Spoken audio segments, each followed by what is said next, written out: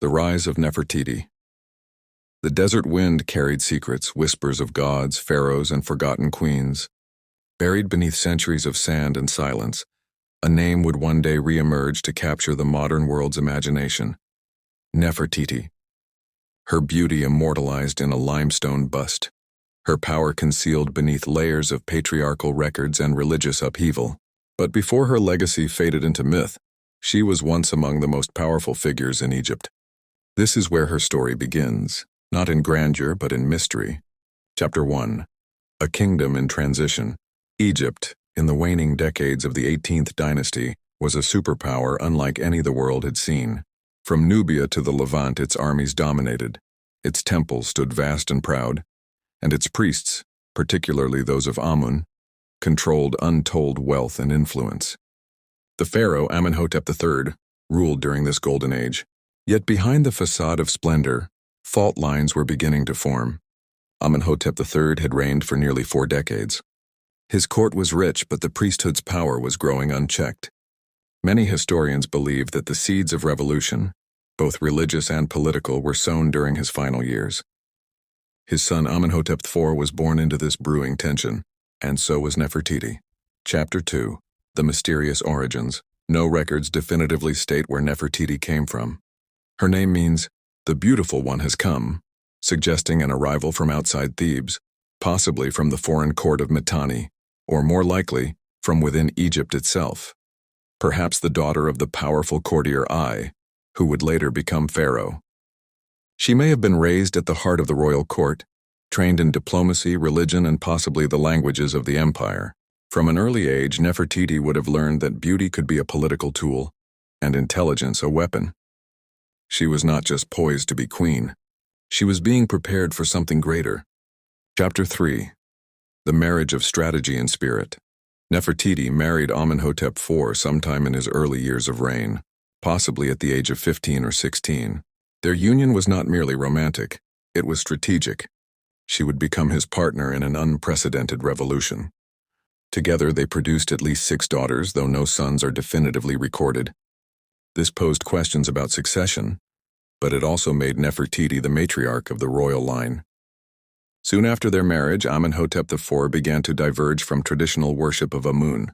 He became obsessed with a singular aspect of the sun god, Aten, the solar disk, and Nefertiti was with him every step of the way. Chapter 4. The Rise of Aten and Nefertiti. In the 5th year of his reign, Amenhotep IV changed his name to Akhenaten, effective for Aten. He abandoned Thebes and built a new capital, Akhetaten, modern Amarna, in a desolate valley. There he and Nefertiti erected temples without roofs, so Aten's rays could reach the altars directly. Reliefs from this period depict something remarkable. Nefertiti standing side by side with Akhenaten, often depicted the same size, a symbolic statement of equal power.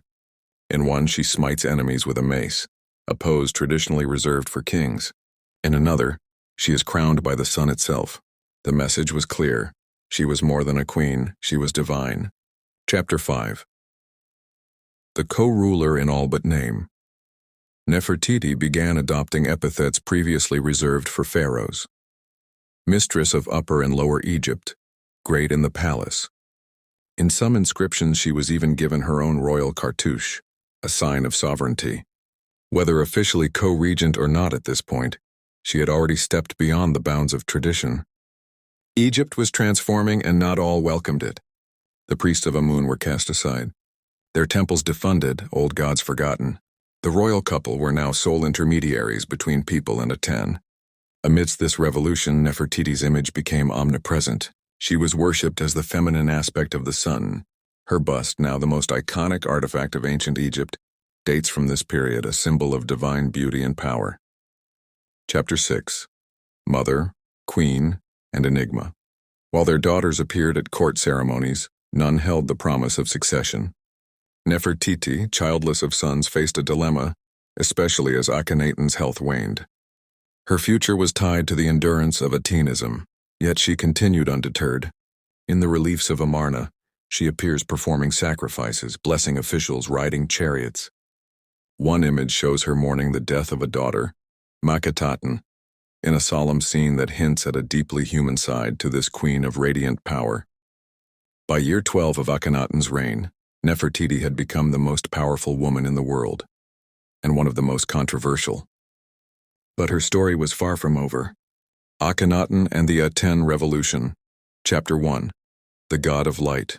It began with a light in the sky, a divine presence raw and pure, unshaped by myth or form.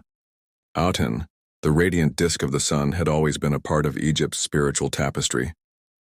But under Akhenaten and Nefertiti, it became something new, a singular god, a universal force, a spiritual revolution. For millennia, Egypt had honored a pantheon of gods: Osiris the judge, Isis the mother, Horus the falcon of kingship, and Amun, the invisible supreme deity of Thebes. Temples echoed with ritual, priests thrived on offerings, and the divine realm was layered and complex. Then Akhenaten declared all gods obsolete, except Aten. Chapter 2. A New Theology, a New World. The shift was radical, not just religious but political. By placing Aten at the center of worship, Akhenaten dismantled the entire priestly hierarchy, especially the wealthy clergy of Amun, whose temples were shut, their wealth redirected. In their place rose a new order, centered around the royal couple. Nefertiti was now not only queen, she was a priestess and prophetess, a living embodiment of Aten's feminine force. Depictions show Akhenaten and Nefertiti not simply as rulers but as divine conduits. Only through them could the people access the light of Aten. It was theocratic absolutism wrapped in celestial symbolism. Chapter 3. The City of the Horizon. To house this new order, Akhenaten ordered a city to be built from scratch, Akhetaten, the horizon of the Aten. In a desolate stretch of desert along the Nile, limestone temples and palaces rose almost overnight. Unlike the temples of old, which were dark and enclosed, Akhenaten's new temples were open air, roofless, radiant. The architecture itself was a sermon. The light of Aten could not be confined. Nefertiti oversaw the construction of palaces and shrines. She appeared in art supervising the ceremonies, greeting ambassadors, even leading rituals on her own. She was not a silent figurehead. She was co-founder of this new spiritual capital. Chapter 4. Life in Amarna. Life in Akhetaten was unlike any deity before it. Art shifted too. The stiff, idealized forms of earlier dynasties gave way to a naturalistic style. The royal family was depicted with elongated heads, sloping features, and intimate domestic scenes. Akhenaten kissing his daughters, Nefertiti playing with them under the rays of Aten. It was revolutionary. The art humanized royalty and divinized humanity. In this new world, Nefertiti shone as the Sun Queen, always framed by the solar disk, rays ending in hands that offer her the Ankh, the breath of life. But behind the golden glow, discontent brewed. Chapter 5. Enemies in the shadows. As temples closed and gods were erased, resentment festered. The priesthood of Amun, dispossessed and humiliated, whispered against the revolution. In foreign territories, Egypt's vassal states grew restless. Without the old religious framework that bound the empire together, loyalties began to fray. Nefertiti and Akhenaten pressed on. They believed in the purity of their vision. But their isolation from Thebes, their reliance on Aten's doctrine, and their refusal to compromise made them vulnerable. And yet even now Nefertiti's power expanded. She began appearing with a new title, Neferuaten Nefertiti. Beautiful are the beauties of Aten, the beautiful one has come. This was not simply flattery. It was a prelude to coronation. Chapter 6. Divine Feminine Power. As Akhenaten grew more withdrawn, possibly ill or consumed by spiritual obsession, Nefertiti stepped further into leadership. In several reliefs she is shown performing kingly roles, smiting enemies, receiving tribute, commanding state rituals. Her crown, once the blue-cap crown of queens, was now the tall, flat-topped crown of pharaohs. Whispers among Egyptologists suggest that around year 14 of Akhenaten's reign, Nefertiti was made co-regent, possibly under the name Neferuaten. But the transition was rocky. 2 of their daughters died young, foreign threats increased, and within Amarna a succession crisis loomed. Chapter 7. The Limit of Light. Atenism was idealistic, too idealistic. It lacked the afterlife theology, moral codes, and community rituals that made the old religion so enduring. Without Osiris, there was no promise of rebirth. Without Ma'at, no cosmic balance. The people grew uneasy. Even the bureaucracy strained under the weight of change. And then, sometime near year 17, Akhenaten died. The death of the revolutionary king was both an end and a beginning. Who would succeed him? A son? A daughter? A wife? Or would Nefertiti take the throne alone? Pharaoh in all but name, Chapter 1, The Sudden Silence. The sun set on Akhenaten's reign in quiet obscurity. For a king who had changed the spiritual DNA of Egypt, his death passed with little fanfare. There is no clear tomb, no grand burial text, no public record. It was as if Egypt wanted to erase him. At the same time, something even stranger happened. Nefertiti disappeared from the records. For nearly 12 years, she had been everywhere, in sculpture, carvings, letters, ritual texts. Then, silence. Scholars long believed she had died around year 14 of Akhenaten's reign, but newer evidence suggests a different story. She didn't vanish. She transformed. Chapter 2. The Rise of a Hidden Pharaoh. A new ruler appears in inscriptions, Neferneferuaten Ankheperure. This name, strangely similar to Nefertiti's extended royal name, shows up in palace documents, offering jars, boundary stele. At first, it was thought to be one of Akhenaten's daughters. But the tone, titles, and language were not those of a mere princess. This ruler was a pharaoh with full royal epithets. And crucially, this figure uses feminine grammatical forms in some inscriptions. A queen ruling as king?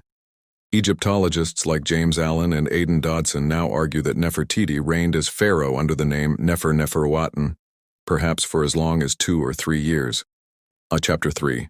The Co-regency Debate. Another theory proposes that Akhenaten and Nefertiti ruled jointly as co-pharaohs for the final years of his reign, and that she continued solo afterward. This mirrors the pattern of Hatshepsut, a powerful woman who had taken pharaonic titles a century earlier. Reliefs of Nefertiti in later years show her wearing the double crown, seated alone on the throne, and even using the title King of Upper and Lower Egypt. This wasn't symbolism. This was a woman ruling Egypt, at the apex of religious and political control. Chapter 4. The Diplomatic Crisis. At this time, Egypt was in turmoil. In a surviving letter from the Hittite archives, a mysterious Egyptian queen, Dakamunzu, a title for queen, writes to the Hittite king Suppiluliuma III after the death of her husband. She asks him to send a prince to marry her, as she has no heir and refuses to marry a servant. This would have been unthinkable for any Egyptian queen unless she held royal power herself. Scholars debate who Dakamunzu was, Nefertiti? Meritaden Ankhesenamun? If it was Nefertiti, this implies she ruled alone and desperately sought to legitimize her power through alliance, though the prince sent by the Hittites was murdered before reaching Egypt. Was this the final act of Nefertiti's reign? A gamble that cost her everything? Chapter 5. The Rise of a Boy King. Around 1332 BCE, a new name appears in Egypt's royal list. Tutankhaten, a boy king, probably 8 or 9 years old, believed to be the son of Akhenaten, possibly by another wife, Kia, not Nefertiti. In his early reign, the young king was guided by powerful advisors. Possibly Nefertiti's father, and Horemheb, commander of the army. Crucially, he changed his name to Tutankhamun, rejecting Aten and restoring the old gods. This symbolic shift represented more than a religious change. It was a complete reversal of Nefertiti and Akhenaten's legacy. Amarna was abandoned. The temples of Aten fell into ruin. Chapter 6. Erased from history. Whoever ruled after Akhenaten, be it Nefertiti, a daughter, or even the elusive Smenkhkare, was systematically erased from history. Later kings chiseled out names, removed cartouches, and edited king lists. Only Ramses II's records 150 years later mention a vague heretic period with forgotten kings. Even the monumental bust of Nefertiti, now in Berlin, was never meant for public display. It was found unfinished, tucked away in a sculptor's studio, suggesting her memory had become politically dangerous. The very thing that made her extraordinary, ruling as king, made her a target of erasure. Chapter 7. A Pharaoh in Shadow. In the decades after her disappearance, the sands of Egypt covered the city she built, the temples she walked, the stelae that bore her name. And yet, she endured, not through royal lists but in the silence. In the bust of limestone and pigment that captivated the world in 1912, in the fragments of letters and shards of art, in the radical theology that dared to imagine a single universal God. Nefertiti's reign may have been brief. It may have ended in failure. But in the arc of ancient history, it was revolutionary.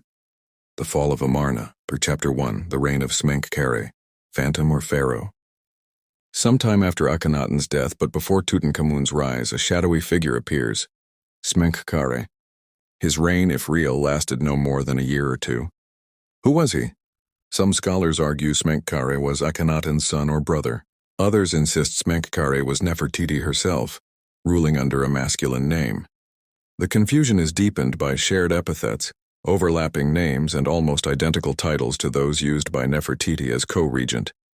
There are no known images of Smenkhkare, only fragments. A throne, a coffin, and some wine dockets mark his existence. Like Nefertiti, he was nearly erased. His role remains one of Egypt's most perplexing mysteries. Chapter 2. The Collapse of Amarna's World. Amarna, the city of the sun, began to wither almost immediately after Akhenaten's death. Without its charismatic founders, Akhenaten and possibly Nefertiti, its foundation crumbled. Atenism had no priesthood, no local traditions, no grassroots worshippers. It depended entirely on royal enforcement. As Tutankhamun took the throne under the watchful eyes of advisors like Ay and Horemheb, the state reversed course. The old gods returned, the city of Akhetaten was abandoned, its temples were dismantled, Aten's name was struck from inscriptions. Royal tombs were looted or sealed, the dream had ended. On Chapter 3. Return to the gods of old. By the third year of his reign, Tutankhaten changed his name to Tutankhamun, living image of Amun. The name said everything. Amun, long exiled, was now supreme again. Aten's temples were closed and the art of Amarna was outlawed. A formal decree, the Restoration Stela, announced the return of order, condemning the rebellious years under the heretic kings. Without naming names, it denounced those who had neglected the gods, destroyed their temples, and allowed chaos to reign. It was the official burial of the Amarna experiment, and with it Nefertiti's memory. Chapter 4. The Systematic Erasure.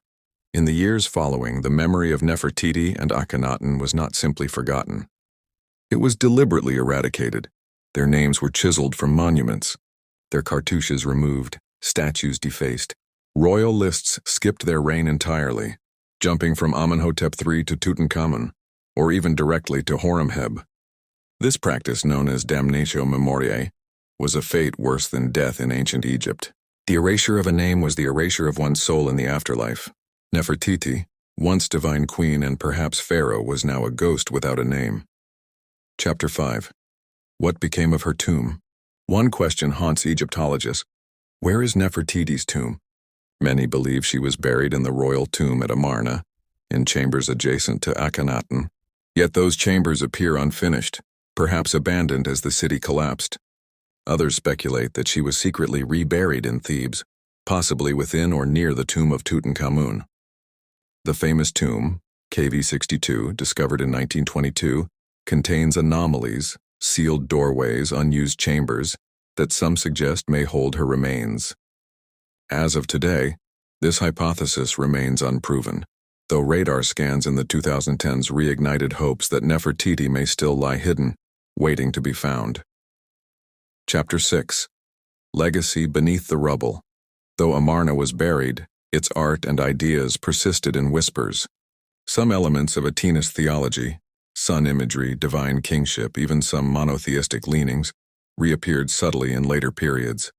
Even in Judaism, Christianity, and Islam, scholars have noted possible echoes of Atenist ideas. Whether coincidence or influence, Akhenaten and Nefertiti's spiritual vision was radical and ahead of its time. Yet in Egyptian tradition, their legacy was shameful. For centuries, their names remained taboo, unspoken, unwanted. Only in the modern era would Nefertiti rise again. Rediscovery and Resurrection. Chapter 1: The Sands Awaken. For over 3,000 years, the name Nefertiti was nearly forgotten. Her temples fell, her statues were smashed, and her name omitted from royal records. But Egypt, a land where time itself erodes slowly, never forgets forever. In the late 19th and early 20th centuries, a wave of Egyptomania swept through Europe. Archaeologists, treasure hunters, and scholars began unearthing tombs, translating hieroglyphs, and piecing together the shattered narrative of the ancient world. Amid this flurry of rediscovery, the name Nefertiti reemerged, from fragments of inscriptions, broken statues, and ruined temples. She was no longer just a face. She was a mystery waiting to be solved. Chapter 2: The Discovery in Amarna. In 1912, German archaeologist Ludwig Borchardt, leading an excavation in the ruins of Amarna, made an astonishing find. In the studio of a sculptor named Thutmose, buried beneath rubble, lay a painted limestone bust.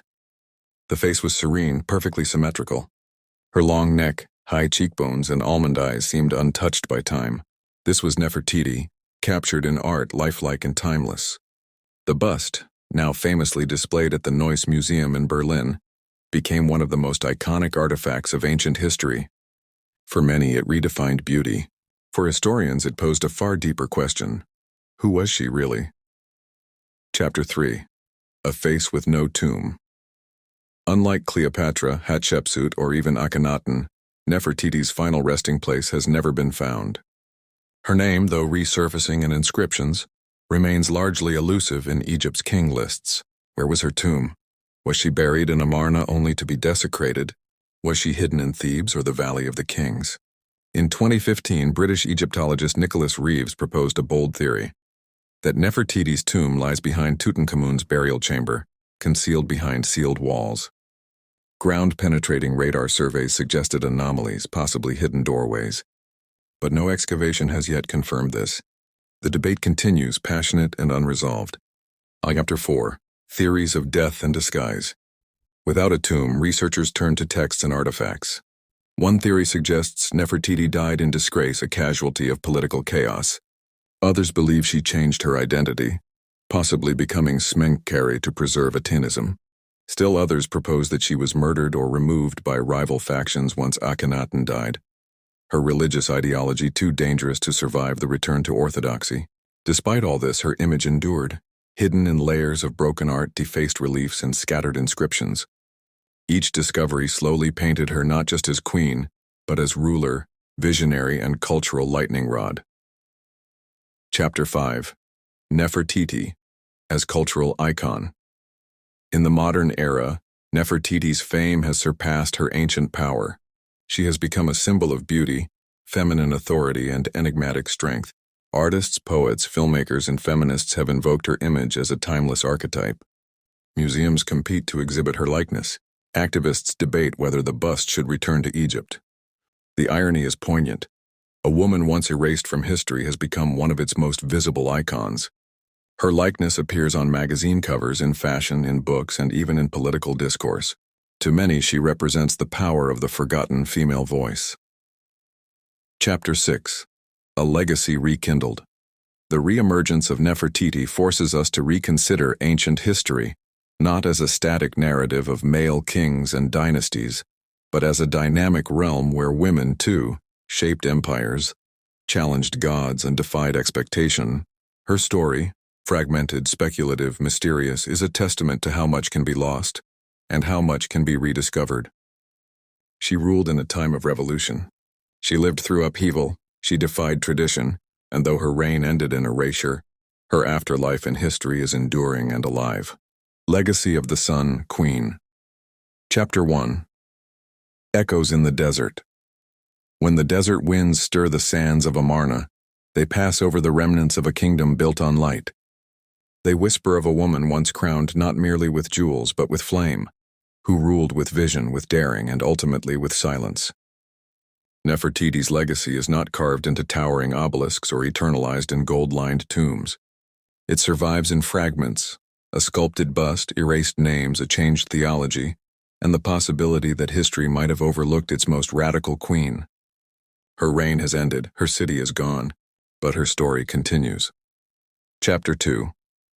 Women who wore the crown. Nefertiti stands among an elite lineage of ancient women who wielded power in a patriarchal world.